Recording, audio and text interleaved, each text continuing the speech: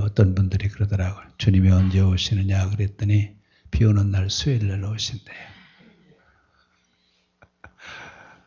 비가 오고 또 이렇게 추워지고 그러면 움츠러들기 마련인데 힘내시기 바랍니다.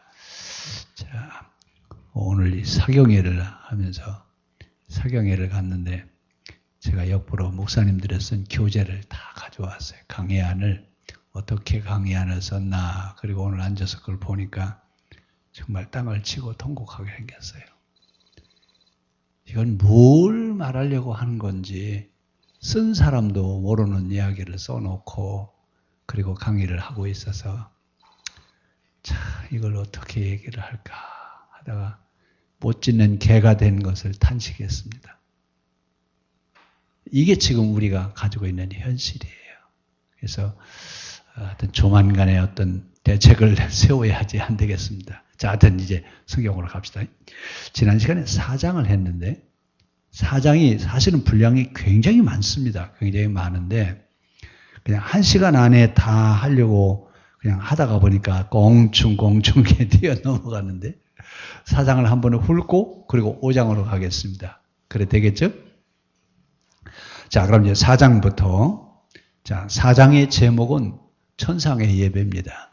천상에서 예배가 이루어지는데 그 예배가 어떻게 이루어지느냐 그 예배의 자리를 지난번에 제가 설명했죠. 한가운데 보좌가 있고 거기 밑에 어린 양들 있고 양옆에 네 생물이 사방으로 있고 그 위에 24 장로들이 있고 그 위에 천군 천사들이 있어서 천상 예배를 드린다. 그 얘기를 제가 말씀을 드리는데 자 1절에 이 일 후에 내가 보니 자, 이 일이란 말은 7 교회에 편지를 다 보내고 그러니까 지금 요한이 설교문을 7 교회에 보냈어요 안 보냈어요? 자 7 교회에 보낸 그 설교의 내용은 박해에 어떡하라고요? 타협하지 말고 끝까지 신앙을 지켜라. 황제 숭배를 한 사람들에게는 666이라고 하는 표를 주고 황제 숭배를 하지 않는 사람들에게는 흰돌을 주리라 그랬죠. 그래서 666이라고 하는 말은 황제 숭배를 한 사람들에게 주는 티켓을 666이라고 그렇게 얘기를 해요. 우리가 666 짐승의 표를 받지 말자 이런 얘기를 하는데 이건 묵시적인 그런 이야기예요. 근데 이때 황제 숭배를 하지 않으면 여행도 할 수가 없고 물건도 살 수가 없고 이사도 할 수 없고 아무것도 할 게 없어요. 황제 숭배 가서 황제 신상에 가서 절만 한 번 하고 티켓만 받아오면 1년을 평화롭게 살 수 있어요. 자, 그럼 여러분 가실래요? 안 가실래요? 그거 문제가 돼요. 1년이 다른 신들도 여러 신들이 많이 있는데, 그 신에게 가서 머리 한번 조아리고, 그러고 와서 티켓 하나 가지고 오면 1년 동안 편하게 살 수 있는데, 그렇죠? 자, 이것이 타협하는 거죠. 이것이 혼합주의가 된 비결입니다. 그런데, 그 당시 기독교인들이 그 666 황제 숭배를 하지 않았던 이유가 어디냐? 어디에 있어요? 그 이유는 여러분 11절에 있어요. 우리 주 하나님이요. 우리 주 하나님이요. 지난 시간에 그 얘기했었죠. 이때 우리 주 하나님이라고 하는 말은 쉽게 할 수 있는 말이 아니라고 그랬어요. 왜냐하면 그때 황제를 누구라고 불러요? 황제를 주라고 불러요. 황제가 우리의 모든 것을 다 한다 그 얘기예요. 그런데 기독교인들은 뭐라고 얘기해요? 황제 숭배 때문에 황제를 주라고 불러야 될 때 하나님만이 주님이시고 하나님만이 우리를 다스리시는 자다. 그래서 어떻게 보면 이 요한계시록에 보면요. 계시록에 나와 있는 성도들의 영적인 상태는 100% 하나님이 주님이세요. 그래서 그들은 순교할 수 있었습니다. 그러니까 주님이 누구라고요? 우리를 다스리는 주님이 누구예요? 하나님 그분만이 우리의 주님이시지 황제는 우리의 주가 될 수 없다 그 얘기입니다. 그런데 우리의 주는 하나님이시고 황제가 우리의 주 될 수 없다고 하는 것 때문에 사실은 순교하는 거예요. 그러면 적당하게 뭐 그럴 수도 있지라고 얘기할 수 있지만 오히려 그들은 하나님이 우리의 주님이시기 때문에 순교하러 가는 겁니다. 자, 이런 믿음이 지금 이 요한계시록 그 시대 성도들의 신앙이에요. 그래, 그때 그 성도들의 신앙은 어떤 신앙이었느냐? 조금 더 가보면 아주 구체적으로 알 수 있습니다. 자, 내가 보니 누가 보았어요? 내가 보니 누가 지금 보는 거예요? 여기 보는 것은 요한이 지금 보는 거예요. 뭘 봤어요? 하늘문이 열어졌는데 그때 그 하늘문이 열려진 하늘문으로 하늘을 바라보면서 하늘에서 예배가 이루어지고 있는 모습을 보는 겁니다. 누가 봤어요? 자, 이 본다라고 하는 이야기는 우리가 흔히 뭐 환상을 봤다니 환청을 느꼈더니 이런 단계가 아니에요. 여기 하나님을 본다라고 하는 얘기는 하나님의 면전 체험입니다. 하나님의 면전에 가서 하나님을 배우는 이런 이야기들을 예언자들은 뭐라고 얘기하냐면 천상의 회의에 참여했다. 천상의 회의에 참여했다라고 이렇게 표현을 해요. 근데 사실 그 예언자들의 영적인 상태는 거의가 다 내가 보니 이 단계를 다 갔다 온 사람들이 이 단계를 늘 거치면서 가는 분들이 예언자들이에요. 그러니까 지금 이 요한의 영성도 요한의 영적인 단계도 어느 단계에 갔다는 얘기예요. 어느 단계에서 지금 얘기하는 거예요? 예언자들이 겪는 영적인 단계나 요한이 지금 처해 있는 영적인 단계나 어떻다고요? 다르다고요? 같다고요? 그 단계에서 지금 얘기한다 그 말입니다. 그럼 결국 무슨 얘기예요? 교회의 목사님들은 늘 누구를 볼 수 있어야 돼요? 이게 쉬운 얘기가 아닙니다. 자, 지금 그러니까 요한이 하나님의 면전 체험을 하는 것처럼 이 시대의 교회 목사님들도 이 정도 단계에 가야 되지 않겠느냐 그 얘기에 그러면서 하늘의 문이 열려졌는데 그 하늘의 문이 열어지면서 내게 말하던 여기 지금 내게 말하던이라고 하는 말은 누구냐면 1장에 요한을 부르시면서 요한에게 말씀하셔야 안 하세요? 자, 1장 1절 한번 보세요. 예수 그리스도의 계시라 이는 하나님이 그에게 주사 반드시 속히 일어날 일들을 그 종들에게 보이시려고 그의 천사를 그종 요한에게 보내어 알게 하신 것이라. 그분이 지금 또 말씀하시는 거예요. 자, 그분이 누구예요? 저 뚱따니 같은 소리 하고 있어요. 지금 내가 1장 1절 읽었는데 지금.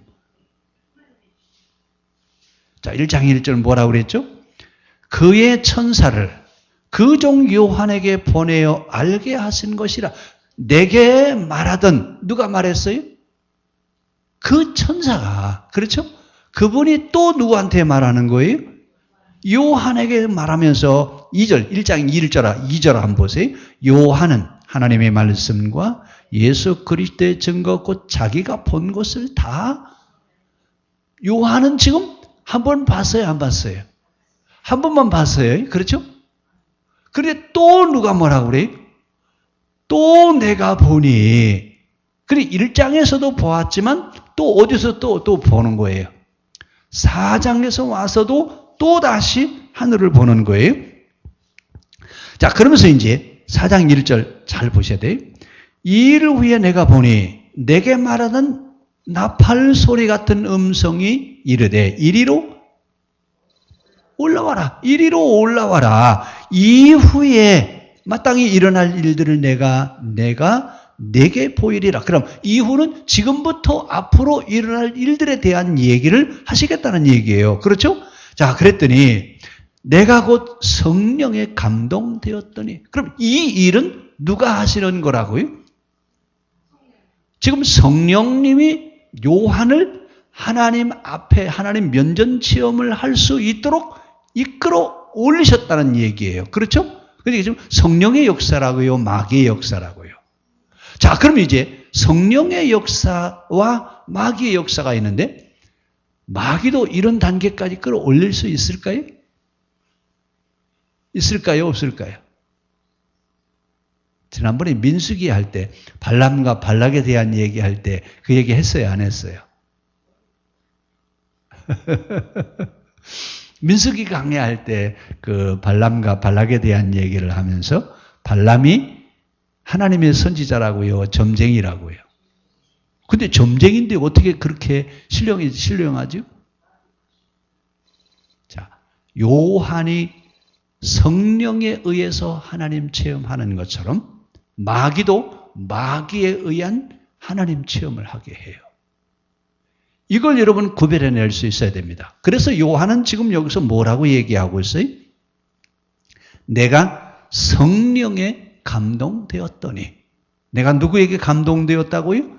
내가 성령에 감동되어진 것이지 마귀에게 감동된 것이 아니다. 그러면서 지금 여기서 요한은 성령에 대한 얘기를 하고 있습니다. 자, 그러면 요한이 말하는 성령론과 바울이 말하는 성령론, 두 가지 성령론이 성경에 같이 있어요. 같이 있는데 요한은 성령론에 대한 얘기를 하면서 요한의 성령론은 보혜사 성령에 대한 얘기를 합니다. 이 보혜사라고 하는 말은 파라클레토스라고 하는 말인데 나를 도와주기 위해서 곁에 와 있는 자라고 하는 뜻이에요. 그런데 이 성령이 지금 요한에게 성령이 임하신 그 성령이 요한에게 임했더니 요한이 어떤 단계에 가냐면 하나님의 면전 체험을 하는 일치의 단계까지 갔다라고 하는 얘기예요. 그래서 여기서 누구를 보냐면 24장로들을 본다고 그랬어요. 보좌에 있는 24장로들을 보는데, 자, 여기 24장로, 그 다음에 네 생물에 대한 이야기, 지난주에 설명했어요? 안 했어요? 자, 24장로님이 누구라고 그랬죠? 네 생물은요. 이거 여러분 잘 아셔야 돼요. 이건 묵시적인 상징의 표현이지 실제 그렇다고요? 잘못하면은 이게 이제 그 요한계시록에 나오는 네 생물이 사자 같고 송아지 같고 사람 얼굴 같고 독수리 같은 이 네 생물이 있잖아요. 이 네 생물을 어떤 때는 또 교리로 만든 데가 있어요. 어느 게인지 잘 모르시죠? 그 복음교회라고 하는 이런 교파가 있는데 거기는 이 요한계시록 4장 7절에는 네 생물을 아주 굉장히 중요하게 생각해요. 자, 그렇게 볼 수 있어요, 지금? 여기 이 네 생물에 대한 이야기는 피조되어 만들어진 하나님에 의해서 창조되어진 모든 것들의 대표적인 것을 이야기를 하고 있어요. 그러니까 24 보좌에 누가 앉았어요? 24 장로들이 무엇을 입고 앉았어요? 흰옷을 입고 머리에 뭘 쓰고 앉았더라? 금관을 쓰고 앉았어요. 자, 그럼 이제 24 장로들이 흰옷을 입고 머리에 금관을 쓰고 지금 앉아있다고 그랬어요. 그렇죠? 자, 24 장로들이 누구라고 그랬죠? 네? 24 장로들 누구예요? 자, 여기 24 장로들이 앉아있는 모습을 보세요. 자, 4절 보좌에 둘려 24 보좌들이 있고 그 보좌 위에 24 장로님들이 무엇을 입고 앉았어요? 자, 이 흰옷을 입는다라고 할 때 여러분 전에 언제 하면 다미선교가 그 주님 오신다고 그래가지고 몽땅 무슨 옷을 입었어요? 예, 흰옷을 입고 그 흰옷이에요. 그렇죠? 아니에요. 항상 여기는 묵시적인 상징적인 표현이지 실제 하얀 흰옷을 얘기하는 것이 아닙니다. 그러면 여기서 흰옷을 입었다라고 하는 얘기는 뭐냐? 현실의 위험을 감수하고도 타협하지 않는 신실한 신앙생활을 한 것을 흰옷 입었다고 그래요. 그러니까 24장로들은 바로 교회 대표자들인데 이 교회 대표자들은 어떤 신앙을 지켰다고요? 현실에서 신앙을 지켜가기가 쉬워요, 어려워요? 여러분, 기독교가 그 로마에게 공인을 받은 데가 언제냐면 313년이에요. 그렇죠? 324년에 켈커던 종교회의를 소집을 했어요. 근데 이 켈커던 종교회의를 로마 제국에 있는 그 각 교회 대표들을 소집을 했는데 성에서 온 사람이 하나도 없어요. 그래서 켈커던 종교회의를 일명 병신들의 모임 이렇게 얘기해요. 죄송해요. 무슨 얘기예요? 300년 박해를 겪으면서 교회 대표자들이 박해를 안 받은 사람이 없더란 얘기예요. 어떤 사람은 다리가 끊어지고 어떤 사람은 팔이 잘라지고 어떤 사람은 눈을 빼고 그냥 막 그래가지고 제대로 자기의 몸을 제대로 가지고 있는 사람이 아무도 없어요. 그 324년 킬커던 종교회의를 소집해놓고 소집한 황제가 무릎 꿇고 사죄를 하죠. 왜요? 누가 이렇게 만들어놨어요? 황제가 핍박했기 때문에 기독교를 핍박하기 위해서 교회 대표자들을 장애인으로 만들어 놓은 거예요. 그런 박해 속에서도 신앙을 지켜가고 타협하지 않은 사람들을 흰옷 입은 자라고 그렇게 얘기해요. 그러면 여러분, 우리가 신앙의 순수성을 끝까지 지켜가서 마지막까지 신앙생활을 한 사람들에게 입혀지는 옷이 흰옷이에요. 그러니까 흰옷이라고 하는 말은 타협하지 않는 순수한 신앙을 갖고 사는 사람들을 상징합니다. 그러면 24장로들은, 보좌에 앉은 24장로들은 어떻게 신앙생활했다는 얘기예요? 지금 위험해요, 위험하지 않아요?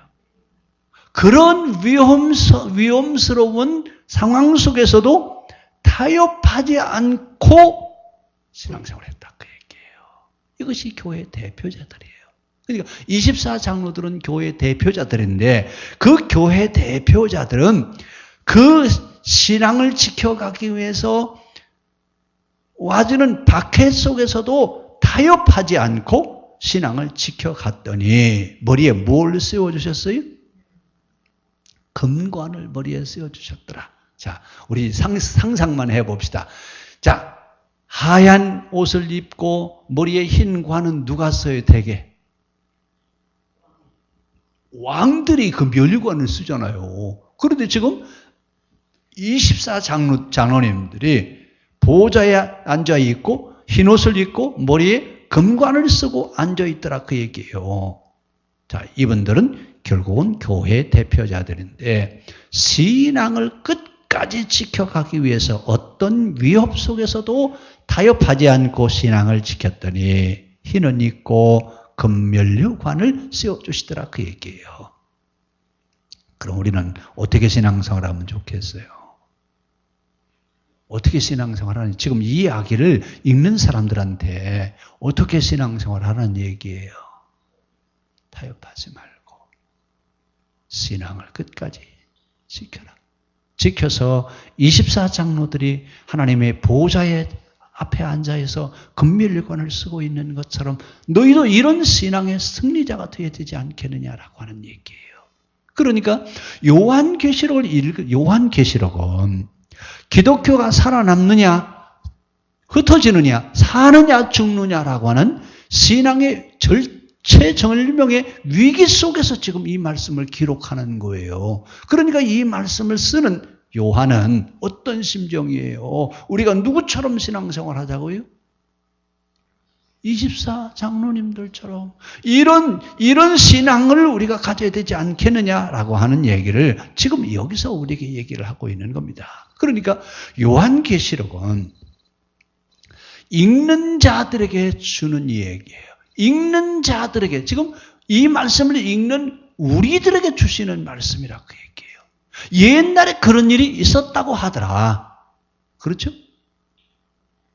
그렇다고 그러면 요한계시록은 우리하고 아무런 상관이 없어요. 지금 이 요한계시록을 우리에게 얘기하면서 이 시대의 요한계시록을 읽는 우리한테는 뭘 얘기하고 싶어서 하는 얘기냐. 24장로들이 흰옷을 입고 금관을 쓰고 보좌에 앉아있는 것처럼 우리도 그렇게 신앙생활을 해야 되지 않겠느냐. 이걸 지금 우리에게 얘기하고 있지 않느냐라고 하는 얘기예요. 그렇게 했다고 하더라고요. 그렇죠? 만약에 그렇게 읽어버리면 요한계시록은 강의할 이유가 하나도 없어요. 즉 그렇게 했다고요? 그게 아니라 그들은 그렇게 신앙을 지켰더니 지금 하나님 앞에 흰 옷 입고 금관을 쓰고 앉아있는 그 모습을 보여줬지 않느냐. 그것처럼 너희들도 어떻게 하라고요? 그렇게 신앙생활하라 그 말입니다. 그러면서 이제 그 네 생물에 대한 얘기를 하죠. 7절에 한번 보겠습니다. 자, 첫째 생물은 뭐 같고? 사자 같고, 둘째 생물은 송아지 같고, 셋째 생물은 얼굴이 사람 같고, 넷째 생물은 날아가는 독수리 같은데, 자, 이 네 생물은 실제 생물이라고요? 아니에요. 그렇게 생각하시면 오해가 돼요. 자, 이 네 생물에 대한 이야기는 하나님의 꿈과 환상이에요. 이것은 구약에 있는 묵시문학에 대한 얘기를 하고 있는 겁니다. 그럼 이 네 생물이라고 하는 말은 천국의 모형, 천상의 모형을 얘기하는데 이것이 그 당시의 세계관이에요. 그럼 이 얘기는 무슨 얘기냐? 동물들의 모든 대표, 즉 세상 만물의 모든 생명체를 대표하는 것이 네 생물이라고 하는 거예요. 기억하실 수 있겠죠? 자, 그러니까 여기 네 생물들은 뭐라고요?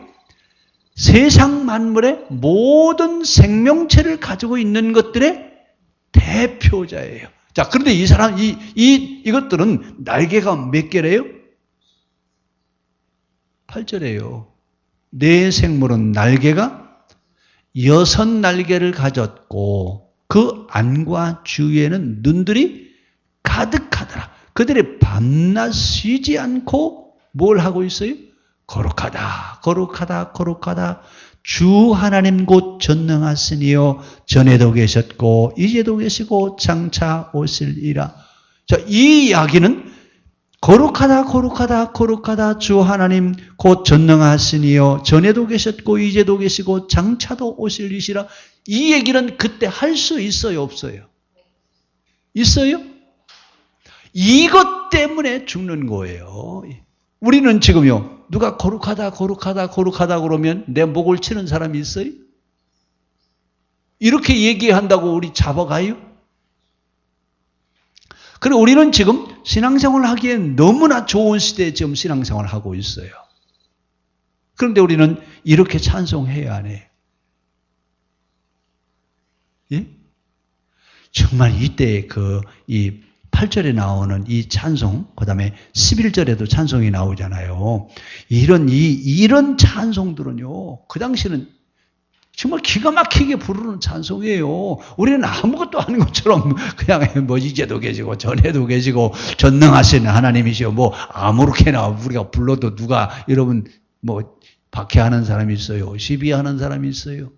근데 이때는 이 얘기는 목숨 내놓고 하지 않으면 부를 수 없는 찬송입니다.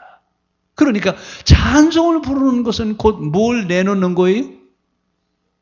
목숨을 내놓는 것과 같아요. 여러분 우리 찬송가 부를 때 그런 심정으로 불러요? 찬송 부를 때 내 목을 쳐라. 난 그래도 하나님을 찬송하겠다. 그러면서 지금 찬송 부른 적 있어요? 없어요?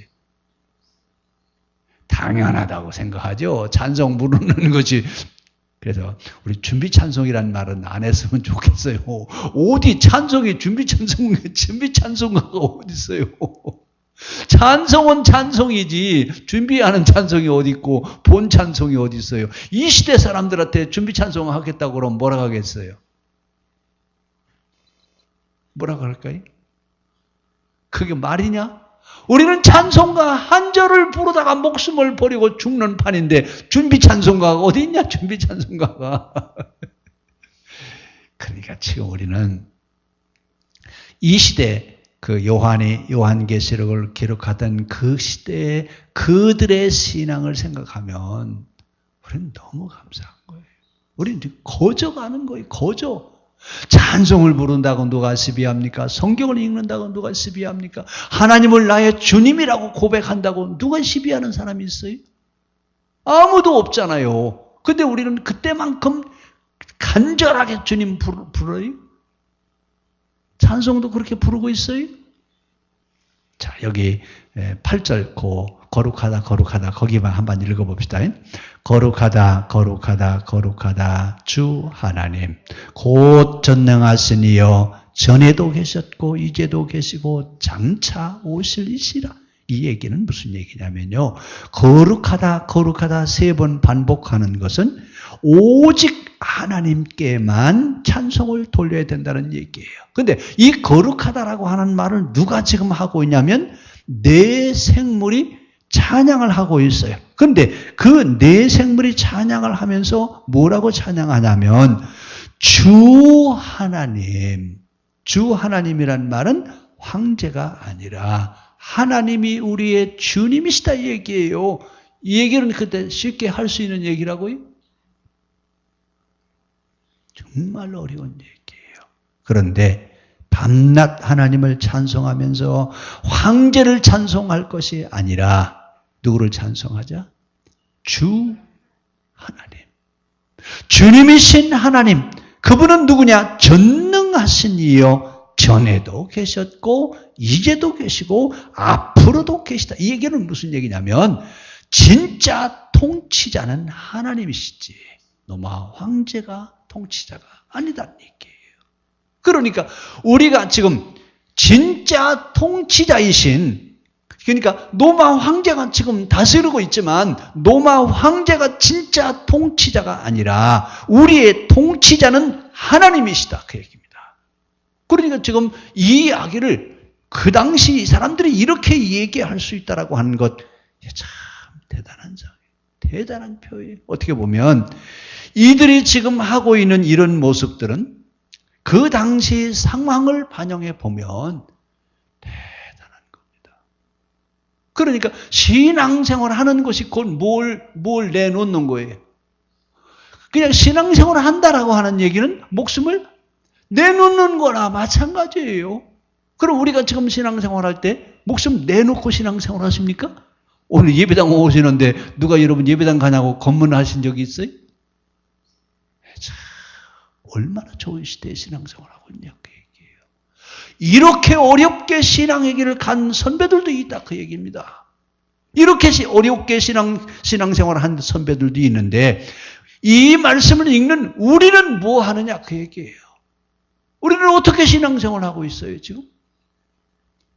너무나 편하죠. 가고 싶으면 가고 오고 싶으면 오고 거의가 다 누구 중심이에요? 자기 중심으로 신앙생활 하는 사람들이 이 찬송을 부를 수 있을까요? 없을까요? 우리 한번 다시 한번 보세요. 거룩하다 거기 한번 다시 한번 읽어봅시다. 시작.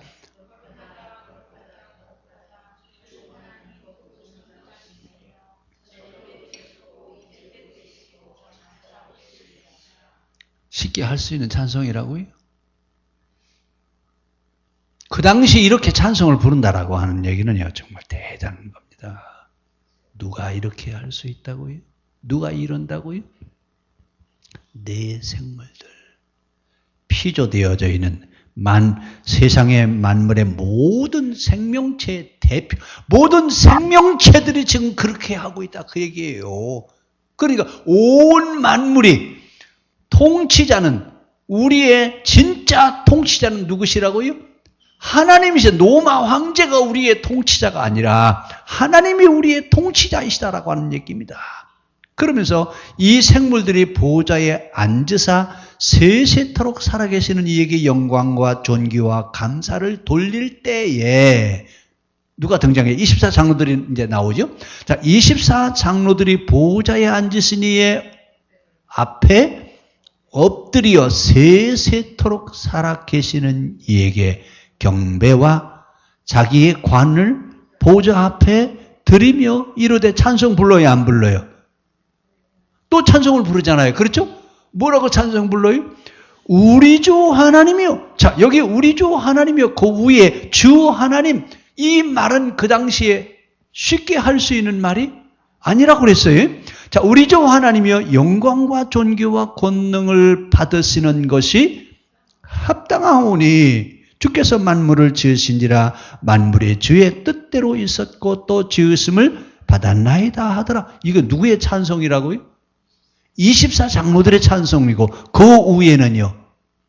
네 생물들의 찬송이에요. 자, 결국 네 생물들의 찬송은 진짜 통치자는 누구시다?